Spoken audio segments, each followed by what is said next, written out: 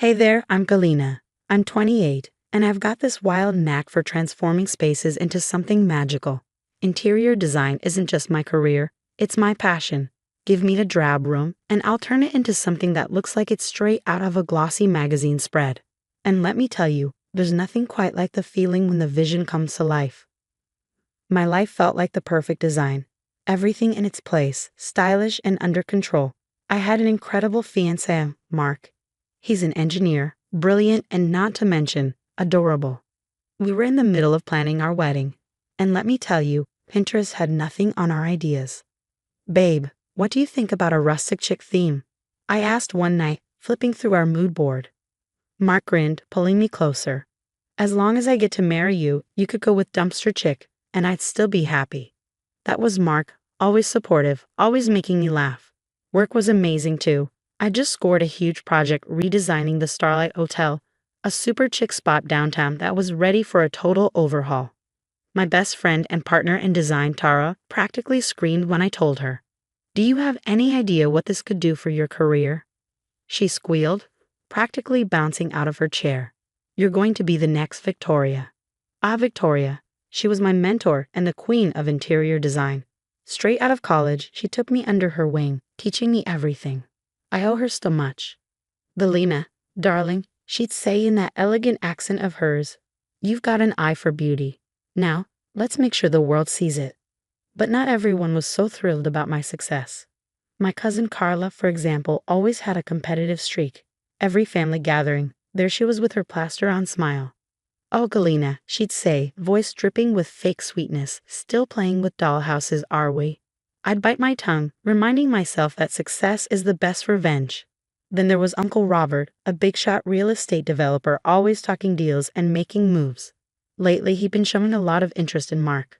Mark, my boy, he'd boom, clapping Mark on the back. We should talk business sometime. I could use someone with a sharp mind like yours. At the time, I didn't think much of it. I was too busy living the dream. My career was taking off, and I was planning the wedding of my dreams. Life was perfect. One night, Mark and I were curled up on the couch, flipping through wedding magazines. I couldn't help but feel like I was living a fantasy. You know, I said, snuggling closer, I never thought I'd have all this.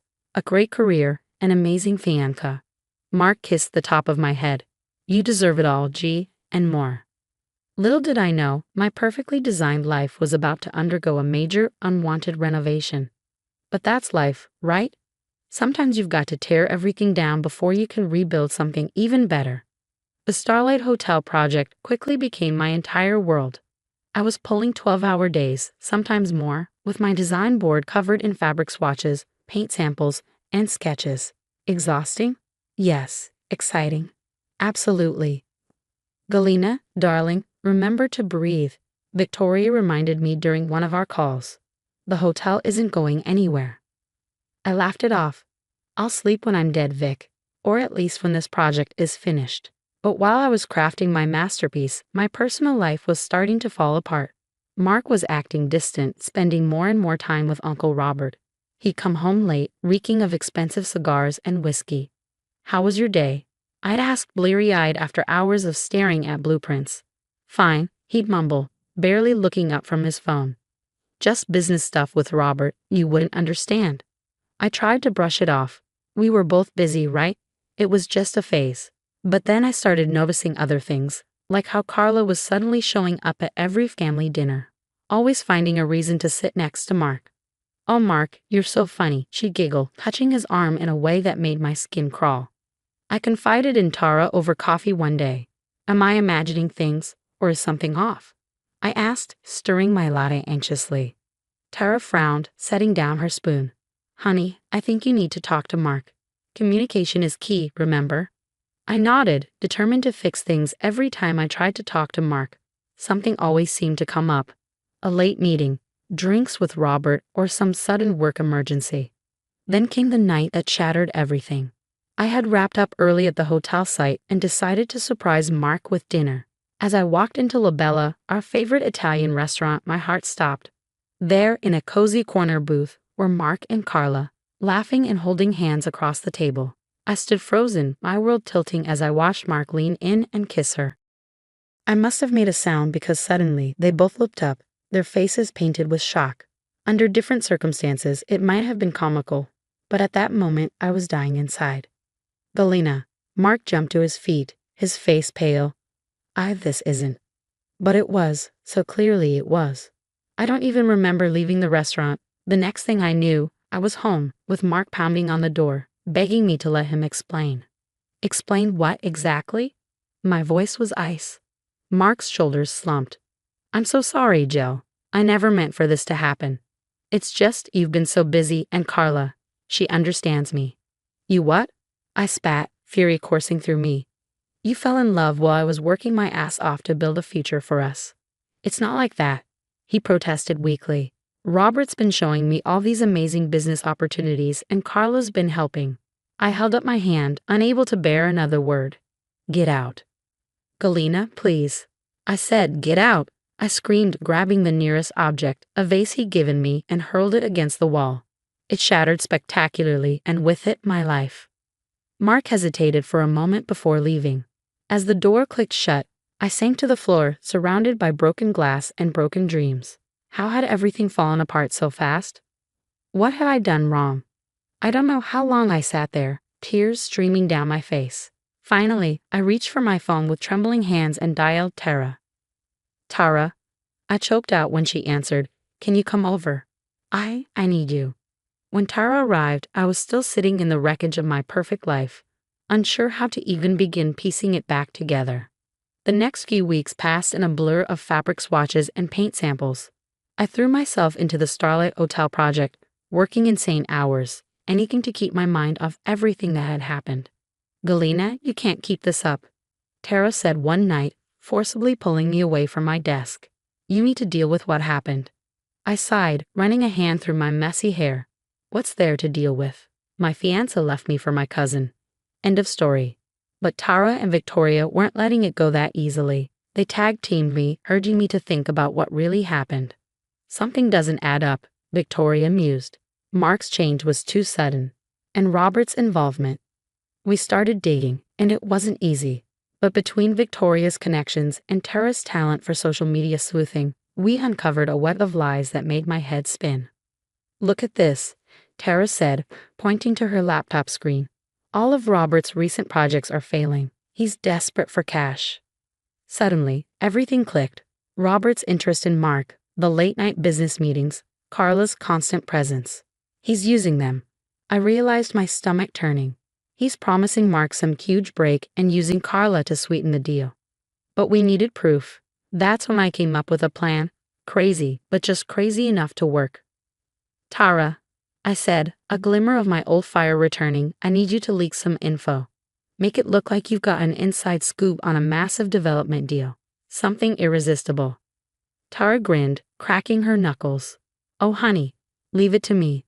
I'll make it so juicy they'll be drooling. We crafted the perfect bait, a fake luxury condo project with the promise of sky-high returns. Tara accidentally let it slip at a family gathering, making sure Mark and Carla overheard.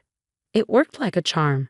Within days, Mark was calling, trying to wheedle information out of me. Come on, G, he cajoled. For old time's sake, this could be my big break. I played dumb, pretending I didn't know I was being manipulated. Meanwhile, I documented everything. Every call, every text, every chance encounter engineered by Robert. The clincher came when I accidentally left some fake blueprints in my car. Mark and Carla took the bait. Hook, line, and sinker. They've invested everything, Tara reported, her eyes wide. And I mean everything. They even took out loans. I should have felt triumphant. Instead, I just felt tired. What about Robert? Victoria asked, her eyes gleaming with anticipation. Oh, darling, she said with a sly smile, Robert's in so deep he can't see daylight. He's betting it all on this fake project. As I looked at the mountain of evidence we gathered, fake contracts, recorded conversations, bank statements, I felt a strange mix of satisfaction and sadness. You know, I said quietly, part of me hoped we were wrong. That there was some explanation that didn't involve Mark being this. Tara squeezed my hand. I know, hun. But you deserve better than someone who could be manipulated like this, Tara said gently. I nodded, feeling the weight of truth in her words. You're right, I squared my shoulders, determination replacing the hurt. So, what's our next move? Victoria's smile was sharp, her eyes gleaming with a predatory spark. Now, my dear, we wait. Let them dig themselves in deeper, and when the time is right, we pull the rug out from under them. A fierce sense of justice surged through me.